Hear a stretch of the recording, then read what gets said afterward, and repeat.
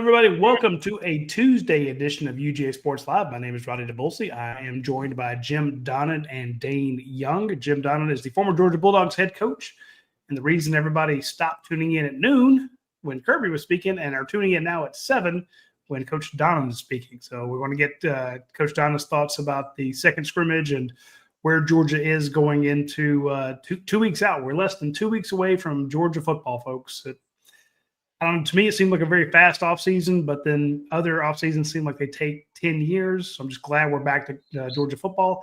And, of course, Dayne Young has some cut-up clips from Kirby. He's our executive producer. He teaches at UGA, and we're going to get his thoughts as well. Coach, it felt like it was a fast offseason because you spent half of it in the Middle East. Well, hey, somebody's got to do these recruiting trips all over the country, all over the world, and check things out. Coach, less than 2 weeks away, and I asked Kirby right off the bat, I'm like, what does week 3 or week 4 of camp look like? Because you've had your second scrimmage. You've had your and then they're not going to do another scrimmage. I think they'll just do a walkthrough next week or next Saturday or something, but they're not going to take a chance on getting hurt again. Are they already working on Marshall and Austin Peay and Tennessee and Alabama? And Kirby said, we're working on us, but what do you do after I guess you've had 2 scrimmages and you can assess what your team looks like. What do you do as a head coach before you start game prep, but after you're done, I don't want to say installing, but just kind of assessing what your talent is? What are they doing this week? One of the first things you do for fall camp is try to evaluate personnel. That's the big deal because there's some new guys coming in, and there's also you hope that some of them improved from last year, and your whole squad has got certain things that you need to implement. So you install your offense, defense, special teams, and then evaluate personnel. I always felt like, the game week, everybody's going to be jacked to the max. They're going to be ready to rock. You don't have to do a whole lot of motivating. But this is kind of the doldrums, so to speak, because you finished you finished practice, you started back to school, and it's hard to think about 2 weeks from now and get through this week, but you got to fight through it. So what I always try to do, and I think Kirby has kind of monitored that over the years and worked kind of similar to us, is you're not just opening up with Marshall and Austin Peay. You've got a big game with Tennessee, then Alabama, Kentucky. So I've always felt like if you can install a little bit preliminarily about what the teams that you're playing early and get in a kid's mind where they can remember it a little bit, then the day you start on them, like let's say, for instance, the first day of Alabama prep, you will have known a little bit about their schemes. And certainly these kids know a lot about Alabama. They played them, but you had a whole practice designated to that. So I would think this week they'll spend a little bit on Alabama, a little bit on Tennessee, and maybe a couple others.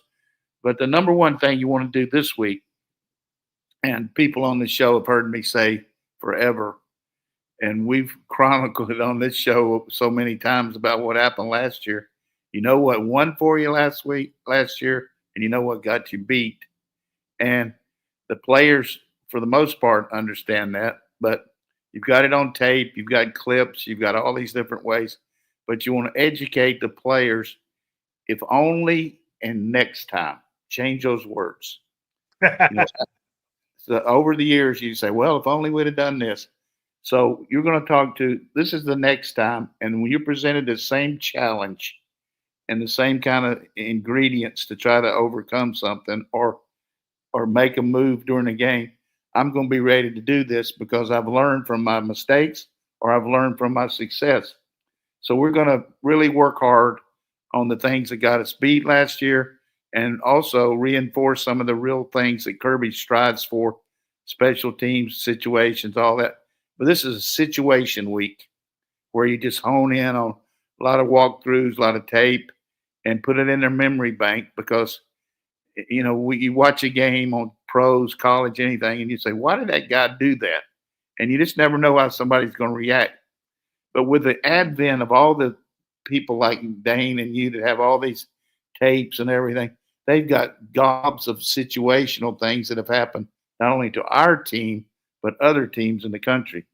So, for instance, let's say you're running a play on the goal line where everybody knows that people like to pick. You know, a receiver goes out and another guy goes and turns his body and causes some kind of collision, and then the guy gets open. Well, that's a play that's really well, for the most part, looked at by the officials, and they're going to call it unless it's a clean look, you know. So what you might do is talk to your defense and your offense. This is a situation that can make the difference in the game. Go back to the Clemson-Alabama national championship game when Clemson threw the ball in the flat and the kid caught the touchdown pass. You know, Alabama didn't play it very well. But here's the point for us. We're going to see that over and over. Expect that on the goal line, and let's see how we react to it. Let's say, like the punt we had when Thorson got hurt last year, out of our end zone, and they called us for delay of game. And it wasn't delay of game, but they called it. And the snap was maybe right at the last second. The deep snapper's got to look at the clock and know that. All these are things that you're going to harp on and have a checklist all week and add a few in the special teams, defense, offense. And I'm not going to belabor the point, but it doesn't make any difference how good the other team is or how bad the other team is. You got to be the Socrates this week. Know thyself. What can we do? This is a Socrates week, if only next time. Well, it's funny because when I asked Kirby, I'm like, what does your week look like this week? He says, we have to work on ourselves. So you're obviously his mentor because he's saying the exact same thing. And he said, that's not right. He didn't do that because I've helped him some, but you know, it doesn't do any good. Seriously though, it doesn't do me any good to go through all this stuff in front of everybody, and then you say Kirby said it, trying to milk me up. No, I'm just saying he said something similar. I'm trying to give you credit. You know, he said something similar, and I asked him about penalties. I hear Kirby said to me, but the big point, and I'm not going to interrupt you, but the biggest point to me as a football coach, you've got to articulate to 200 and some people in that building, equipment men, whoever it might be, trainers, everybody. We've worked hard to get to this point. Now, what are we going to do with it? You know, our preparation has been good, but everybody else has worked hard too, all these other schools. So this is your role. This is what I want you to do, and how you're going to contribute to our team. Every team doesn't have an all-star player at every position, you know, but I heard a quote from a guy that was a coach around the country last week, and he was saying, you look at the teams that are winning on a consistent nationally ranked level and look at the pro draft, and the ones that are getting 10, 12, 14, 16 guys drafted, those are the teams that are winning. And then the complementary people on the team are playing their role. So we're having that kind of success here with our draft. We're going to continue to do it, but it's become a deal where you better have some big-time players out there because you're not going to out-coach people. I mean, you can coach your butt off, but you got to have players. Well, all right, Coach, let me ask you a targeted question here, though. 10 days before first game, did you know who your starters were at every position, or in those last 10 days, was that still being decided? Well, for the most part, it should be. You want to keep it open. The one thing I always felt like, and I felt like it was true in my case, one of the worst things you can do is take an older player and move somebody ahead of him without giving him a chance to win that job, because he's put some time into your program and been loyal to you. So you're going to go that extra mile for an older guy, but it becomes pretty obvious that he can't cut it. You're going to have to move him out. So, but, you know, you have a pretty good idea, and particularly after as many plays they've run in scrimmage. So you know pretty well what you're going to do. But I've always felt like if you're alternating two guys, you got 2 second-team players. To me, a guy's first team. And now in today's football, with all these big guys, they do run a lot of D linemen in and receivers and all that. But I just feel like when you're in the game and you get in the flow, down after down, you play better than when you kind of look into the sideline. Are you going to take me out? I mean, that's the way I liked it. I don't like the sub a whole lot. Well, that's kind of what when I mentioned Kirby talking about focusing on his team. When I asked him about it, he said we're going to do what we did. We're going to look at ourselves, and this week we're fixing this and fixing that. And I'm like, okay, well, what did you see in the scrimmage? And Jordan asked him before I got a chance to ask him what he saw in the scrimmage, and that's kind of what I wanted to know is, and Kirby's not going to tell us. And we even asked him about the starting quarterback today, and he's like, I'm not going to tell you who my starting quarterback is. We know who the starting quarterback is, but he's like, I'm not going to tell you that so you can write it, which I get. It's fair. It's fine. I'm not begrudging that. But, when we asked him all these questions, he keeps it very vague. And he was asked about what he thought of Georgia's second scrimmage. And let's roll that tape to hear what he said. The purpose was to get game-like situations, tackle live. We achieved those purposes, and we came out pretty unscathed injury-wise, which is big when you tackle. So we still got a ways to go. Didn't have as much success defensively in the second scrimmage as we did in the first. But we had bright spots individually, probably on both sides of the ball. That was pretty quiet, but I mean, he mentioned some of the things that they had going through the camp. I mean, through the scrimmage. Also, Kirby talked about how he was happy that it was hot. Unlike last week, when it was 70 degrees, he said they had to struggle through it. Coach, this past week has been hot as hell, and he said it affected this team. He said they weren't expecting to see very high GPS numbers. Guys running really quickly, especially because they went pretty hard Thursday and Friday. Saturday, though, he kind of said the offense, I don't say got the better of the defense, but he said that the defense didn't look as good as they did last week. But, of course, it was 70 degrees last week versus 90-something and humid this past weekend. Yeah, I'm sure that was a situation. I mean, I told you off air that 1 year out at Missouri, we had unseasonably cool weather all spring, all during fall camp, and then we played Army. It's like 90-some degrees. But I think the big thing, conditioning-wise, though, is the year-round training we're doing now, and the fact the kids here all summer working together and working out. Conditioning, it's a little different once you put the pads on, as compared to just running out there, in shorts and shoes and just shirts, but because you got to take into effect the extra weight of the pads and everything. But they do such a great job of monitoring stress on the players about how much they're really actual running. I mean, you've got like an odometer on each guy with these GPS systems. How many steps they take the whole time they're in practice, and they really want to be at their optimum, and they're going to build up to that. That's why they're conditioning between now and next Saturday.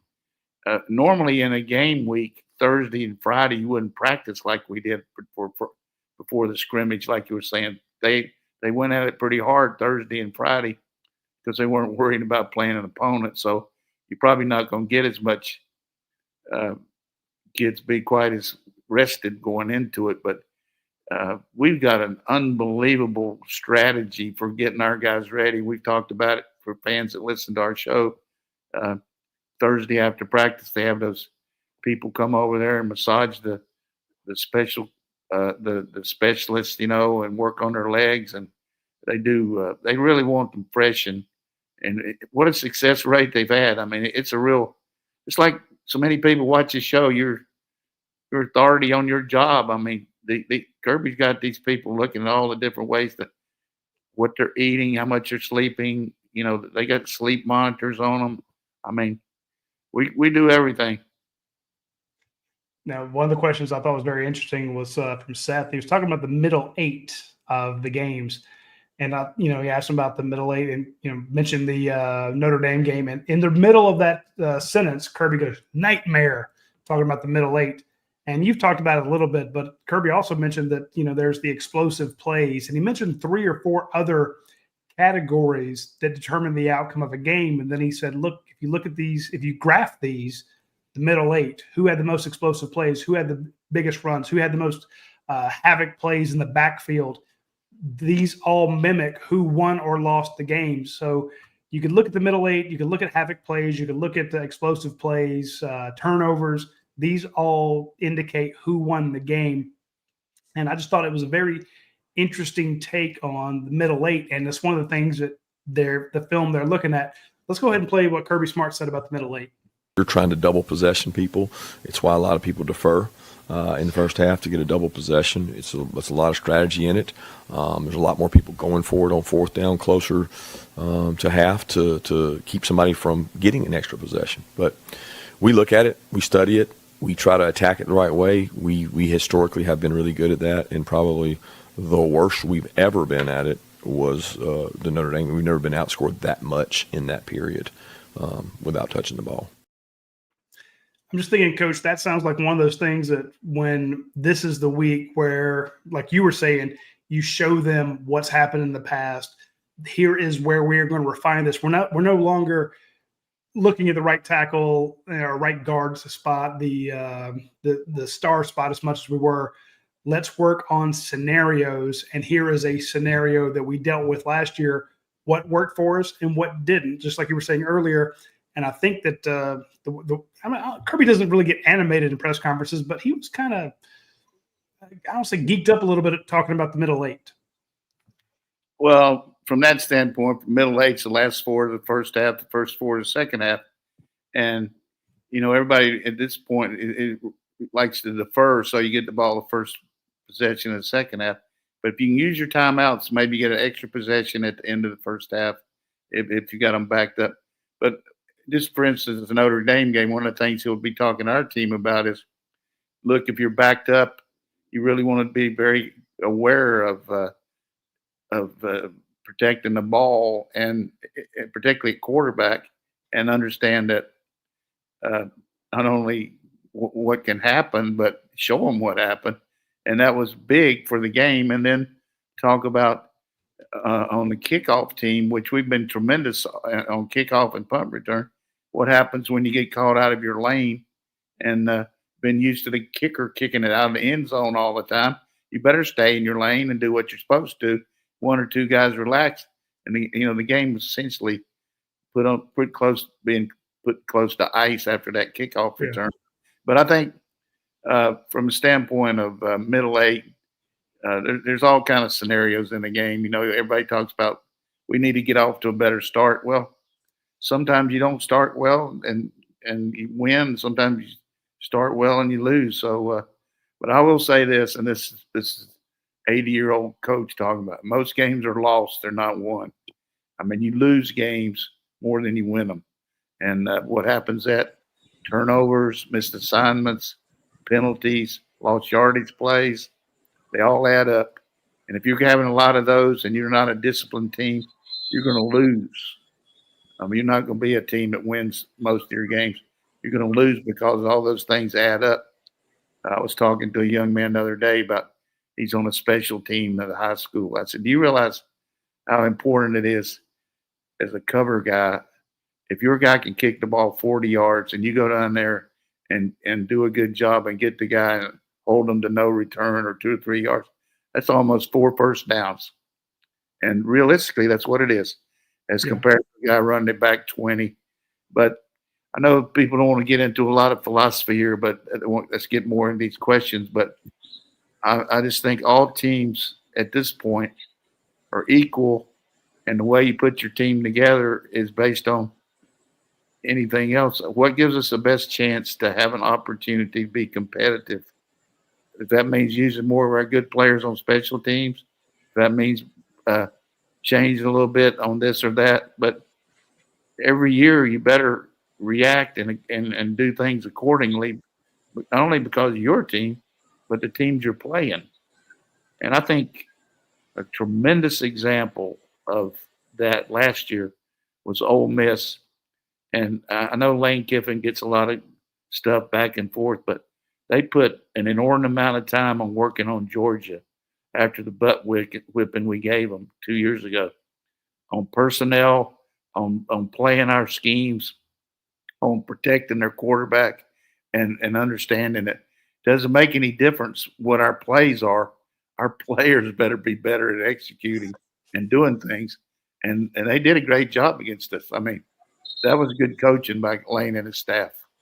When I think of the middle eight, I always think of the Rose Bowl against Oklahoma, Roddy, because that Rodrigo Blankenship field goal that at the time didn't feel like it was a whole lot of momentum. It seemed like that helped Georgia believe. Yeah. Yeah.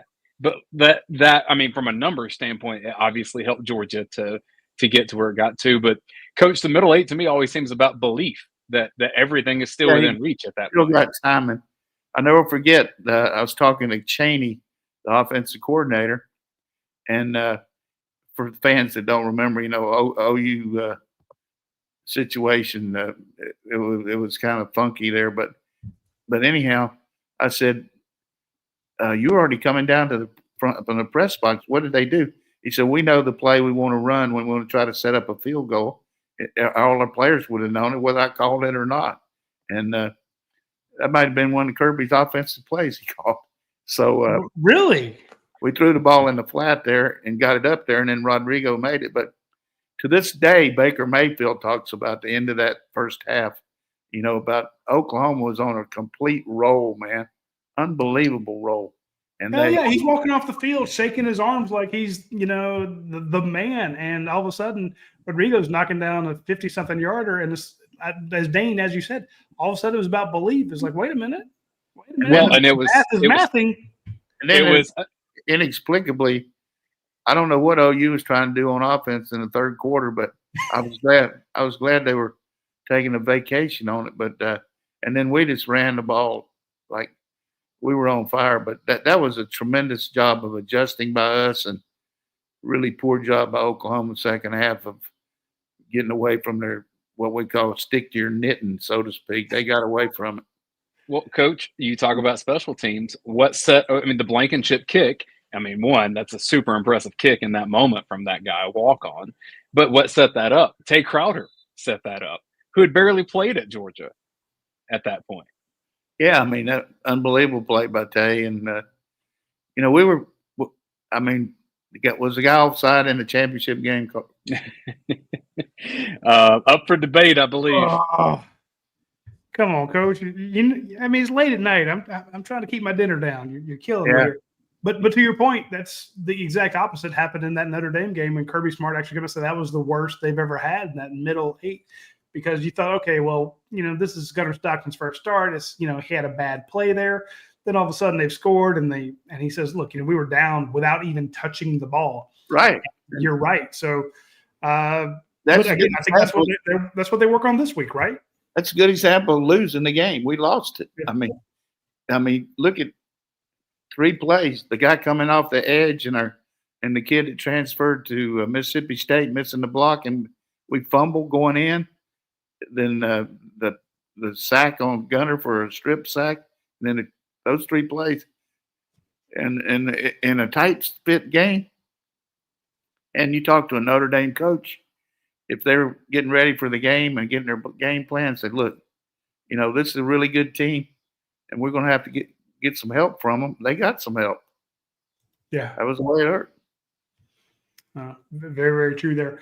We also asked Kirby about, kind of the fundamental question, because when we spoke to Glenn Schumann, he said that one of the biggest problems they had on defense last year was tackling. And he said, look, you can talk scheme all you want, players all you want, the guys that were drafted. We did not tackle like we normally do. And our guy, Brent Rollins pointed that out, that was Georgia's worst tackling year in Kirby Smart's put together. And as you and I watched the games together, Coach, Dayne behind us, we kept talking about the missed tackles. And we asked Kirby, or somebody in the media did today, how are you looking from a tackling perspective? And he said, it's tough because you don't want to tackle to the ground. That's where all the injuries happen.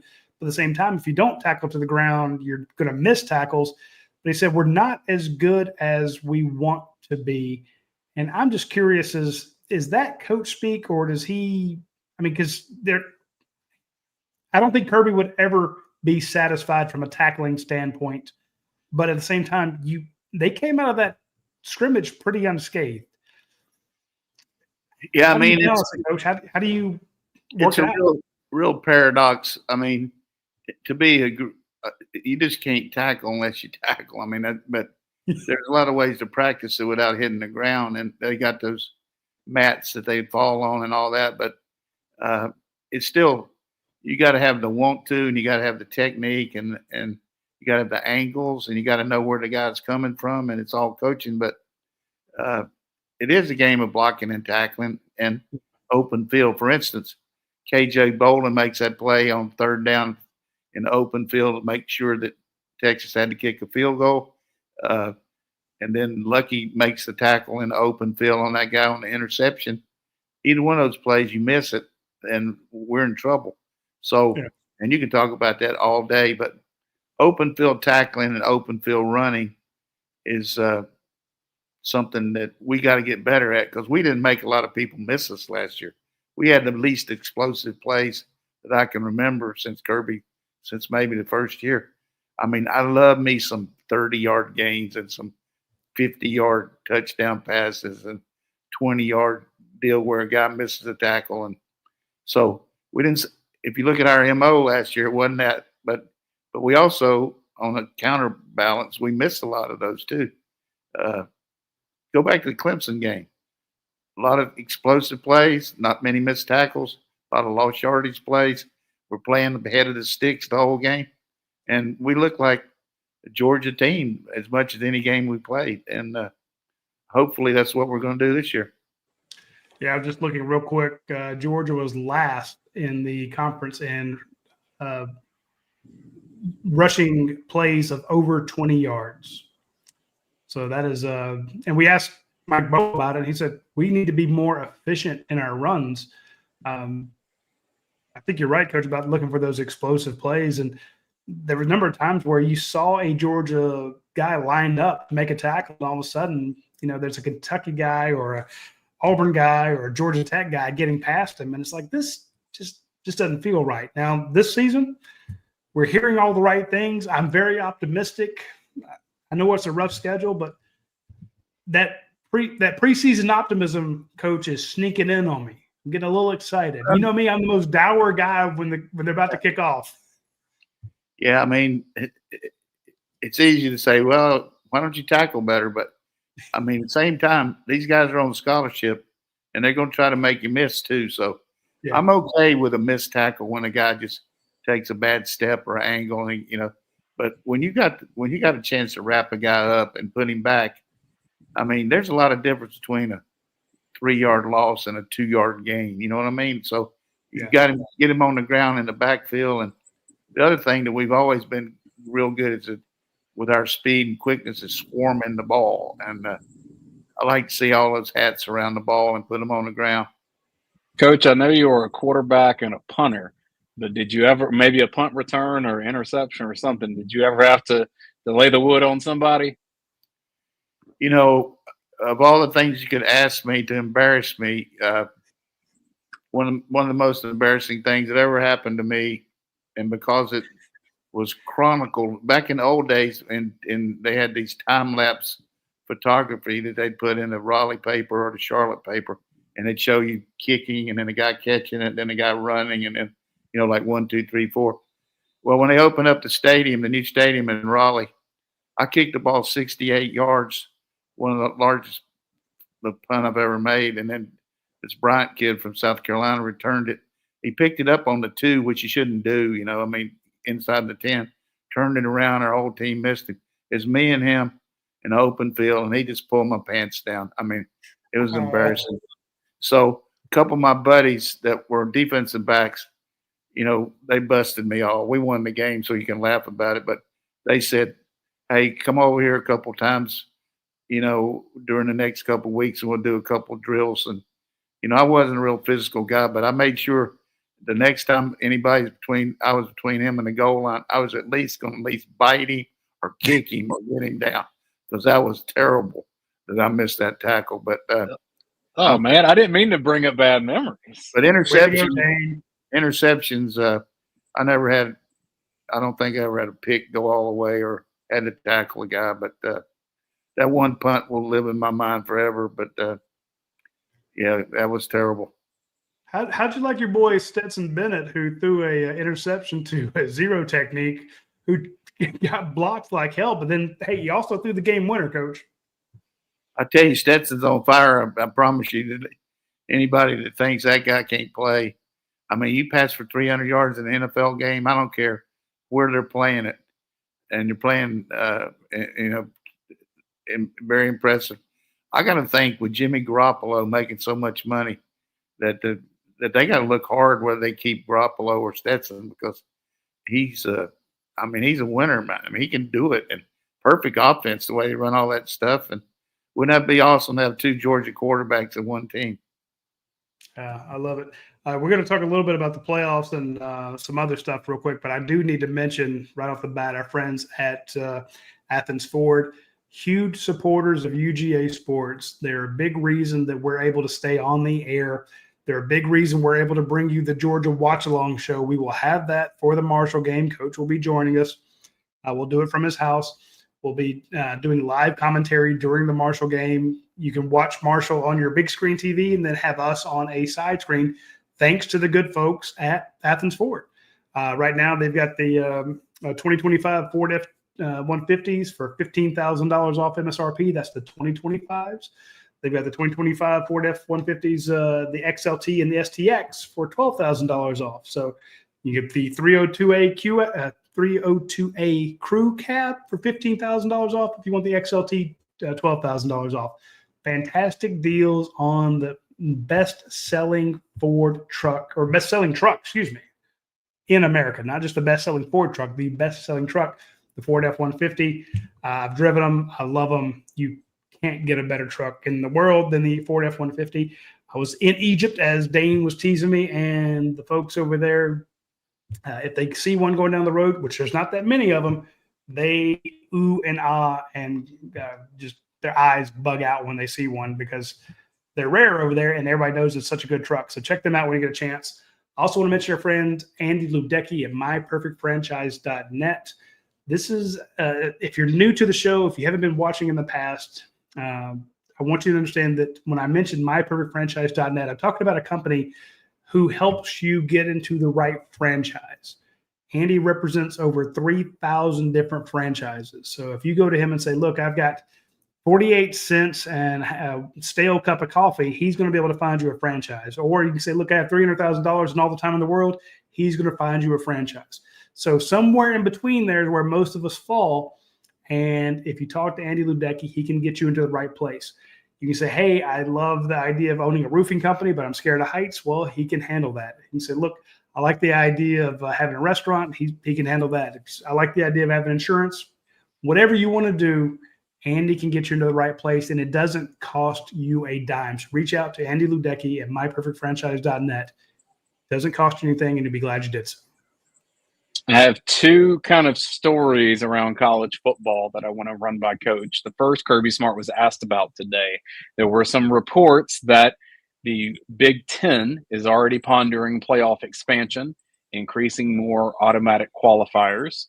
And Kirby Smart was asked about it and the conference championship games, which Georgia won last season, and then what it would mean for UGA. So we'll hear from Kirby, and then, Coach, I just want your reaction to the reports after that. Yeah, I'm probably like most people in the majority of, I would love to be able to expand the playoffs if it's done the right way in terms of giving more teams opportunity. I think that's what fan bases want. People are not excited about a mid-tier bowl game at some of these programs they're at. I think those bowl games are great experiences. I played in them. I've coached in them. I love them as an opportunity. But the more teams you give an opportunity to decide things on the field, like you do, whether it's college basketball, high school football, old 1AA football, back when they had the playoff, I mean, you're going to get things decided on the grass. So, yeah, I'd be for that. And you say, well, what about the championship games? I love the championship games. Can you have your cake and eat it too? Can you move the season up, start it, get it done? If you can't and you can only have one of those two, I don't know which one I would pick, because it would probably depend on the format. I'm with him. I'm 100% with him. And I know people are like, well, the number 12, number 16 teams don't matter. I'm like, but they're still involved. How many times when Georgia got dropped from 2 to 6, I was furious about it, and I complained about the, having to play FSU. I'm like, you're out of it. You're completely out of it. This is ridiculous. From my standpoint, we just need to know what the parameters are, and whoever's going to figure it out, then we're going to react to it. But I would think the way parity is going to be more prevalent from now on with NIL and transfer, you're not going to have teams dominating college football like you did. Yeah, there's going to be too much roster change. So let's get 12 or 16 in there, and then let's play ball. I'm with you 100%, especially, and Dayne, I don't mean to cut you off, but just the idea of, remember when Georgia played Clemson to open the season in 2021? I actually predicted Clemson to win that game, but I said by the end of this year, Georgia's going to be a juggernaut. They're going to be lights out, but they've got a lot of guys that need to get experienced. This, too, is a very young team. Midway through the season, and of course, they got Tennessee and Alabama in there. It's going to be tough. But I expect today the coaches voted on the all SEC teams. The best Georgia could do on the offense was second team all SEC, Oscar Delp, Nate Frazier, Ernest Green. I expect there to be at least one or two first team offensive all SEC guys as voted by the coaches by the end of the season, because I think this offense is going to come together, Coach. I think as the season progresses, this team is going to get better, barring injury. And I like the idea of the more chances they get, an early slip up at Tennessee, Alabama, Ole Miss doesn't ruin your season like it would have in the past. Right, but we also got 14 guys on the team. You got 4 first-team defensive guys. So we got a lot of players that are going to get recognized. But here's the thing, and I just keep telling everybody to be thankful where we are. We're in a position now, kind of like when I was at Oklahoma, where, everybody expects you to win every game. Yeah. I mean, and the critiques out there, and that goes with the territory. I mean, if you're a coach, you're going to have that, but there's a real high standard here. It's an unbelievable standard of not only winning, but winning at a level like where you not only win, but you crush them. And you know what I'm saying? So it's fortunate for me. Most of my career, I was at places where we won at a pretty high level, but I'll say this, it's the end of the show here. You measure success in degrees. Success for us is winning every game or close to it, being in the playoffs. Success for some other teams, 5 or 6 games, man, that's great. So you just got to look at it like that. But the people that are Georgia fans that listen to this is like the golden years right here. I'm just talking about. I'm hoping we can sustain it as long as we can. But these last 5 years have been unbelievable. Other question that I know you love talking about what's happening at Auburn sometimes because it's been a mess for a little while. Hugh Freeze kind of tossed it out there that they may play all 3 quarterbacks in their first game against Baylor, which was not the crazy thing to me, Coach. Last week, we learned that Auburn, apparently, offensive play calling, you'll have one coach calling first down plays and another coach calling third down plays. And I'd never heard of anything like that in my life. And Hugh Freeze can overrule both of them.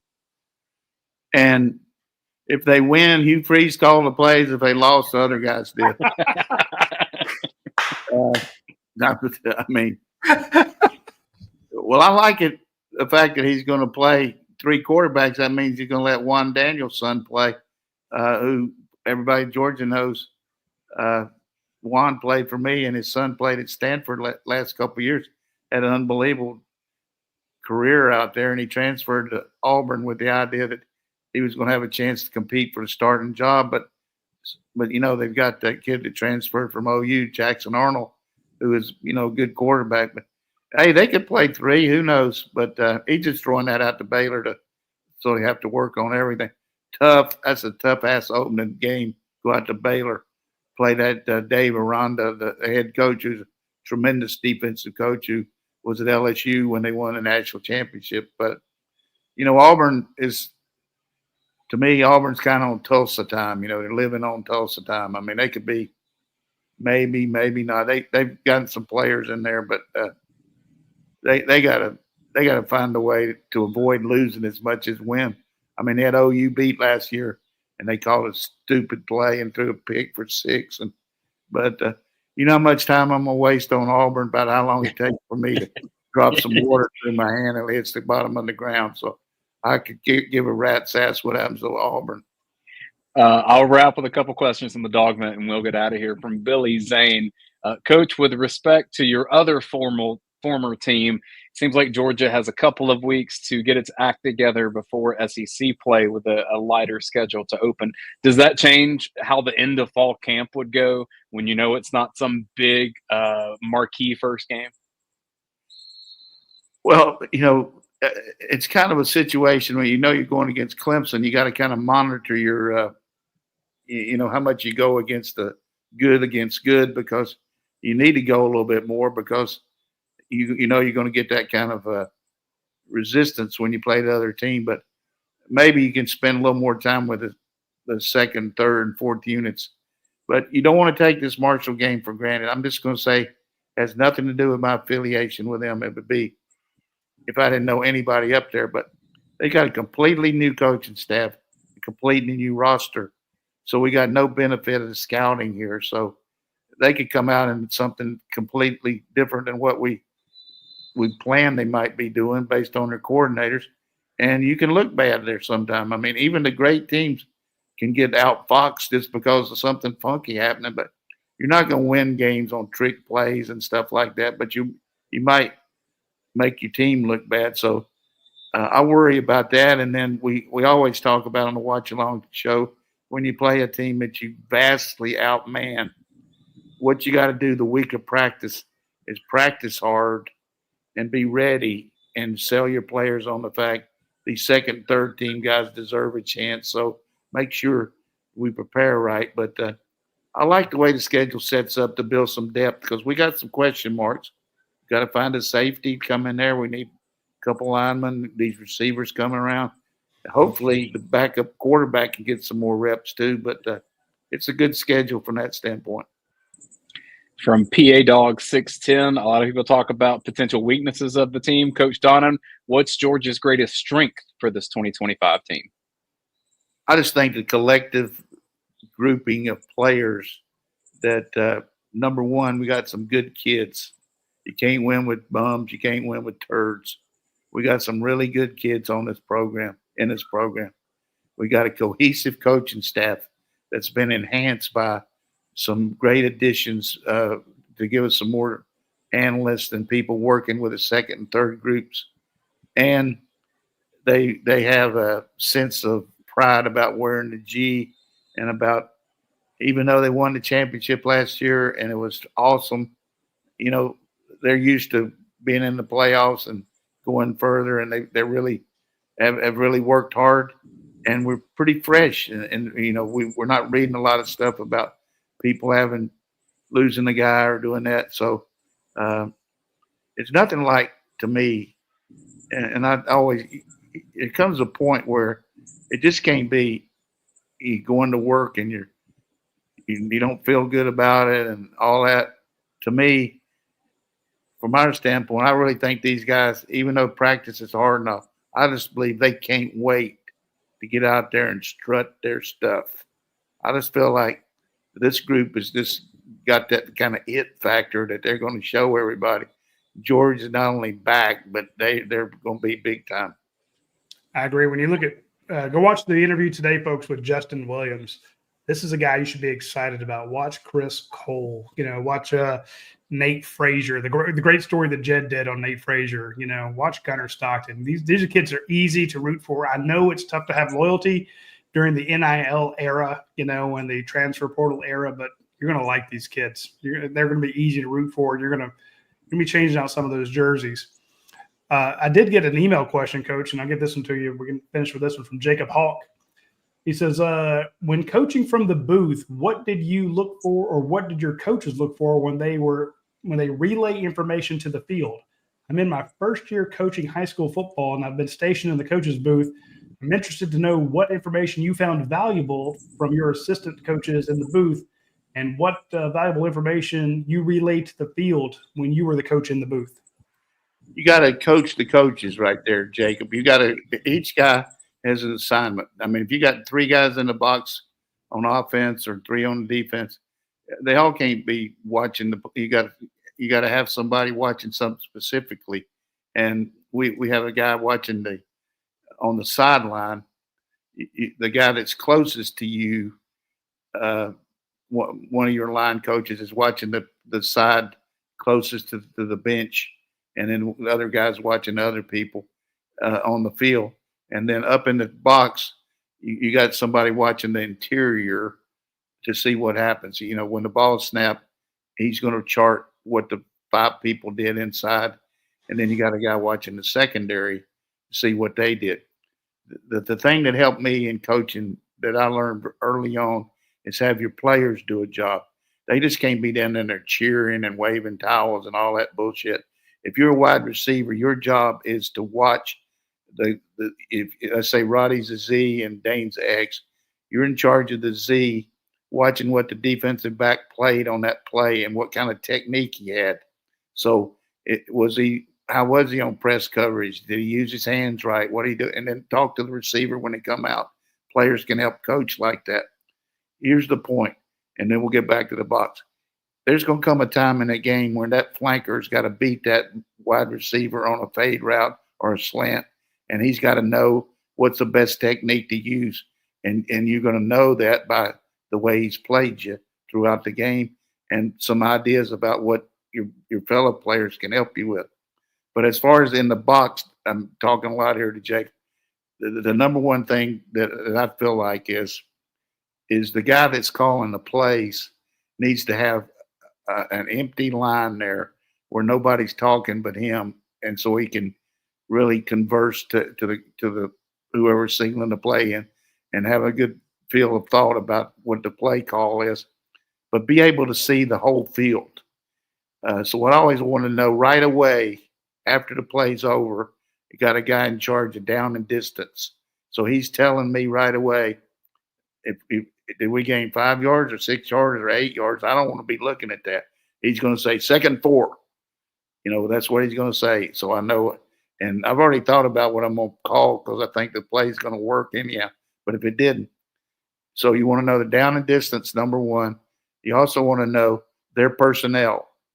So if they're substituting, you got another guy that's running their guys on the field because they might be putting nickel in or extra linemen or all that. And you'd say, so you get down and distance and personnel. 2 different people give you that, and then you make the play call. But the biggest thing at the end is you don't want to talk about these guys. Boy, he made some great halftime adjustments. If you're making adjustment at halftime, you're going to get your ass beat. You make your adjustments after the series is over. The first thing you do when a guy comes off the field is I'm the play caller. I'm going to talk to the quarterback because I talked to him all week. I'm going to talk about, look, we got to watch out on their buzz coverage. They're taking a guy over the top. We thought he might go more inside. We can't buzz him like that. So, and get that right to him right away so it's in his mind because I've taught him all week they're going to do something and they changed it. And then always ask them this too. And another thing you can do in a timeout, Jacob, is when your quarterback comes to the sideline, ask him what he thinks. I mean, he's out there. I mean, are these guys like that? I could do a clinic on this. I love the press box. I love play calling, but also like the organizational part because it keeps all your coaches in the game. And then when you get over on the sideline, you get your team and you talk to them about this is what happens. And this last series, they ran this guy here. And then you ask your players about, particularly on your O-line, D-line, can you block this guy? What do we need to do to help you? Do we need a double team? Do we need to block down? On special teams, can you get through that guy and block the punt? We practice it all week, but all of a sudden, coach, that guy's a stud. I can't get around him. So that's out the gate right away. So a lot of communication on the sideline. Beautiful. Was that all the questions, Dayne? Beautiful. All right, that's Coach, it. That's all we have time for. Good. We're going to let you go. We appreciate everybody tuning in. We got good answers from Coach when we pester him about his questions. We appreciate him taking the time to meet with us and give us all this great insight into the program. I think next Tuesday we'll be back on our normal schedule because it'll be game week. Yeah. Think about that. The next time we get together, folks, it'll be game week, and we'll be talking Yep. about Georgia versus Marshall. And hopefully we'll be back at noon next Tuesday. So be sure to tune in then. And if you have questions, especially about the team, playoffs, whatever you want, get them into the comment section early next week. And we'll Yeah, be we- great to answer those. A little bit too much philosophy tonight from the old coach, but I feel Never like, too much, Coach. yeah, I just feel like that. Just watching Kirby today, that the way he was talking to you guys and looking at him, he looks like he got a real mean on for ready to go. I mean, he's relaxed, but He is. he wants to do it. So, and Coach, I'd rather have your philosophy than your arithmetic. I'll tell you that.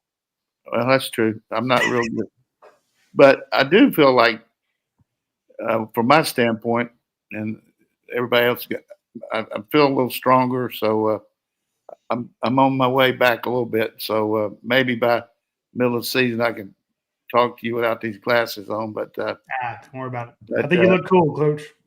I like but it. I would say this to everybody tonight: don't take your health for granted. I mean, it's something you thank the Lord you got it. Amen on that. All right, folks. We'll see you next week. Y'all take care.